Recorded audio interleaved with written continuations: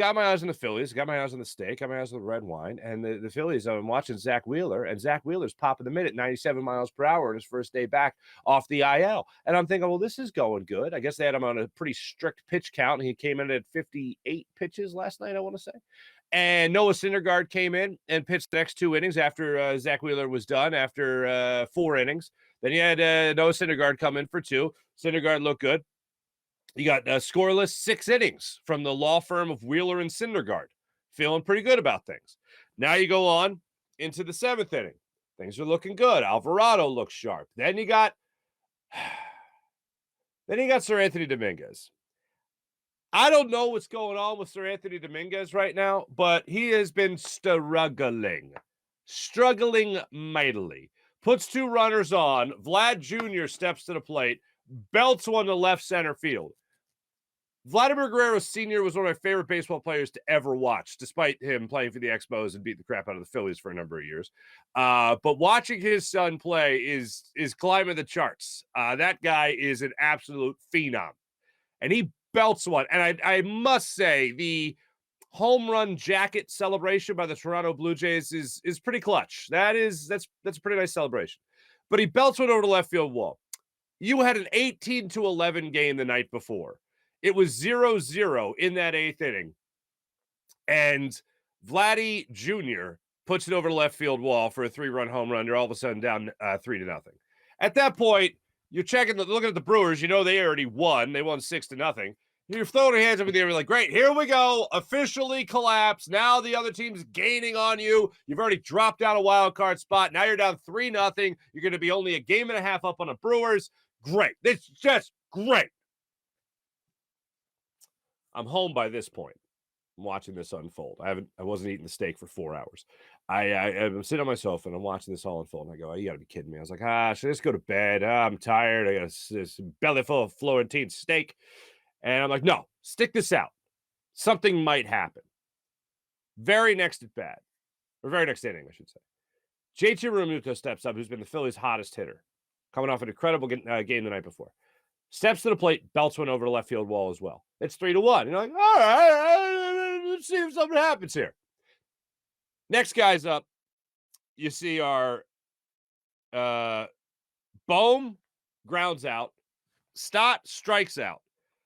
Gene Segura steps up, gets an infield single, busts his butt down the first base line to rush a throw his errand. Then you have Segura take second on the throwing error. Now you got Gene Segura standing on second base. Then Guthrie, this new guy who has been hit his first home run 2 nights ago, he steps up, gets an RBI single. Then the very next batter, Matt Vierling gets his fourth hit of the game. Runners at the corners. Kyle Schwarber steps to the plate, puts one down the right field line. Game's tied 3-3. Just like that in the 8th inning. They go into the 10th inning. Runner on second rule, the whole thing. This was an Eric Bruntlett-esque play with his triple play, his one-man triple play, unassisted triple play when he had Brad Lidge on the mound against the Yankees, 2009? And Gene Segura makes a phenomenal play to catch a line drive hit at him at second base, dives for second base to get the double play. You're out of the jam all of a sudden, still tied at 3. Now you're going to the bottom of the 10th inning. Bottom of the 10th inning, Gene Segura, or first you have Bryson Stott gets the bunt single. Then you have, or the sacrifice bunt rather. Then you have Gene Segura step up to the plate. He gets hit by a pitch. Guthrie walks, bases loaded. Dogs and cats living together. Matt Vierling hits the game-winning RBI single. 5th hit of the ball game. According to ESPN, it was 120 years since the Phillies' 9-hole hitter had a 5-hit game. And sure enough, it was Matt Vierling of all people. What have we been talking about in huge moments this season?